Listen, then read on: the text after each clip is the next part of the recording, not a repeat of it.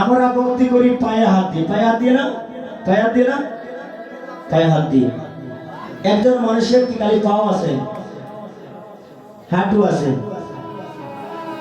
পেট আছে, মুখ আছে, মাথা আছে, তাহলে অন্য কোন জায়গায় হাত না দিয়ে কেন পায়ে হাত দিয়ে ভক্তি করি? এটার কারণ কি?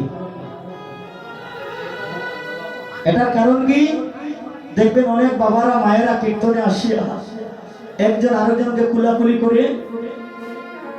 করে আবার দেখবে সরলে হাত দেয়। হাত দেয় না বাবা? কেন হাত দেয়? আর হাত দিলে কি হবে?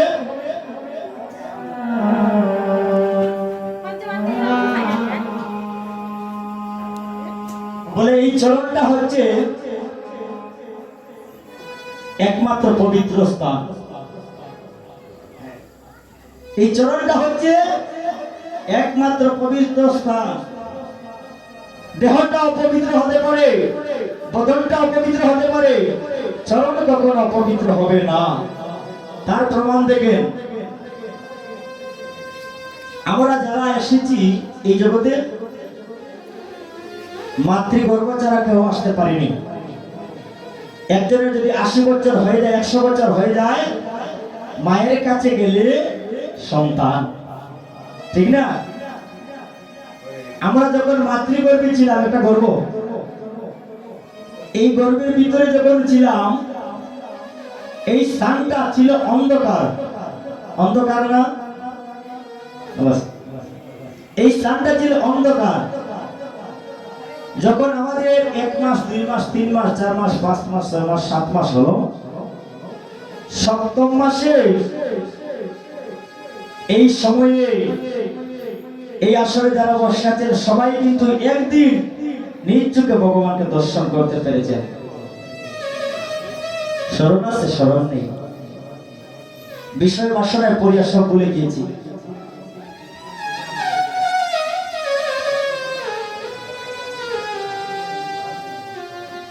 একদিন সবাই নিজ চোখে ভগবানকে দর্শন করেছিলাম। কোথায়? এই মাতৃগর্ভে, 7ম মাসে। আমরা কেমন ছিলাম তখন জানেন? এখন যে আমরা বসে আছি, দাঁড়িয়ে আছি, মাথাটা উপরে, পাটা নিচে। সেদিন আমাদের মাথা ছিল নিচে, পা ছিল উপরে। কথা বুঝতেছেন বাবা? মাথা ছিল নিচে, পা ছিল উপরে। এইভাবে বিপদে পড়িয়া, এটা অন্ধকার কারাগার, ময়লা আবর্জনা, পোষা, রক্ত মাংস পচে আছে, গন্ধ, দুর্গন্ধ। সেই অন্ধকারে পড়িয়া সেদিন ভগবানকে ডাকেছিলাম, হে ভগবান, হে দয়াময়, হে জগৎপতি, তুমি আমাকে একবার দেখা দাও। ভক্তের ডাকে ভগবান সাড়া না দিয়ে থাকতে পারেন না, ডাকার মতো ডাকলে। সেদিন ভগবান দেখা দিয়েছিলেন। এটা তো অন্ধকার কারাগার। এই যে আপনারা একটা শ্রীবাসন করে বসেছি, এখানে অনেক জায়গা আছে, বিদেশ সবাই বসতে পেরেছেন। যদি জায়গা না থাকতো তাহলে বসতে পারতেন? এই অন্ধকার কারাগারে, এই মাতৃগর্ভে কোনো জায়গা নেই, ময়লা আবর্জনা, পোষা, দুর্গন্ধ। তাহলে ভগবান যে দেখা দিলেন, এখানে যে প্রবেশ করলেন, ভগবান কোথায় ছিলেন? একজন আরেকজনের সঙ্গে তো কথা বলতে জায়গার প্রয়োজন হয়, দাঁড়ানোর প্রয়োজন হয়, নয়তো বসার প্রয়োজন হয়। কিভাবে কথা বললেন ভগবান? ভগবান গর্ভসিন্ধু কারাগারে প্রবেশ করে, এই যে আমি পূর্বে বলেছি, আমাদের মাথা ছিল নিচে, পা ছিল উপরে। সেদিন আমাদের পায়ের উপর বসেছিলেন ভগবান। হরিবল, হরিবল, হরিবল, হরিবল। সেদিন পায়ের উপর, এই দুটি চরণের উপর বসেছিলেন। তিনি মনে মনে ভাবলেন, নিচে তো ময়লা আবর্জনা, কোথায় বসবো?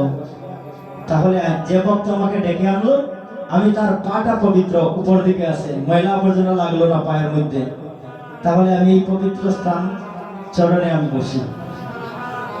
চরণে বসিয়া সেদিন আমাদের সঙ্গে কথা হয়েছিল। বলে, কেন ডেকেছ আমাকে? বলে প্রভু কথা আছে। বলে কি কথা?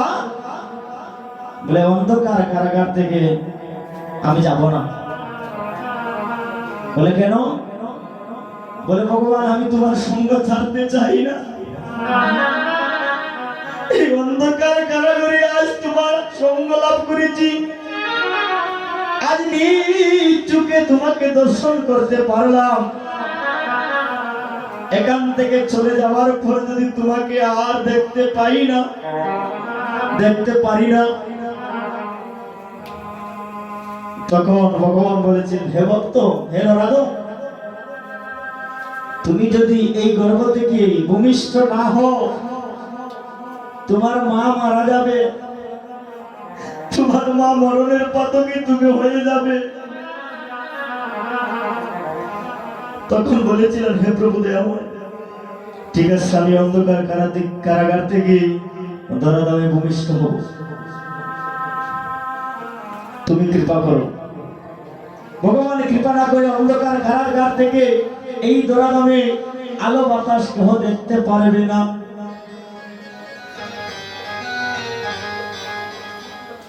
দেখেন গর্ভে সন্তান মারা যায়,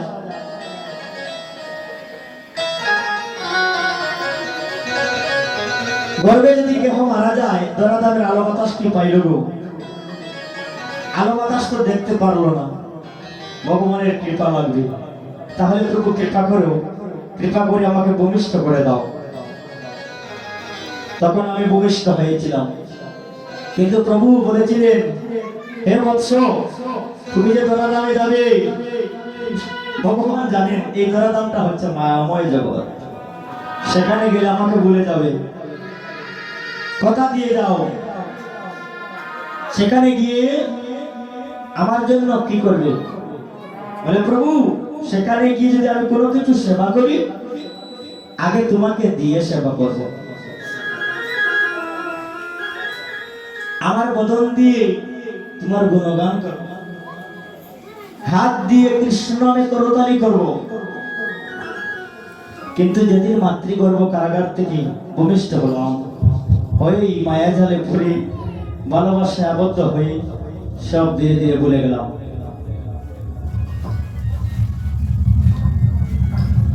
রাধে রাধে, জয় রাধে।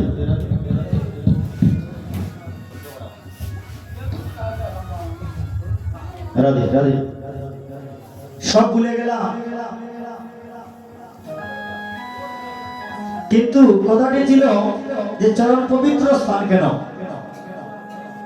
সেদিন যে গর্ভসিন্ধু কারাগারে ভগবান মনে মনে ভাবলেন যে ভিতরে সব ময়লা আবর্জনা, পচা রক্ত মাংস, বসার স্থান নেই, একমাত্র একটা স্থান আছে পবিত্র।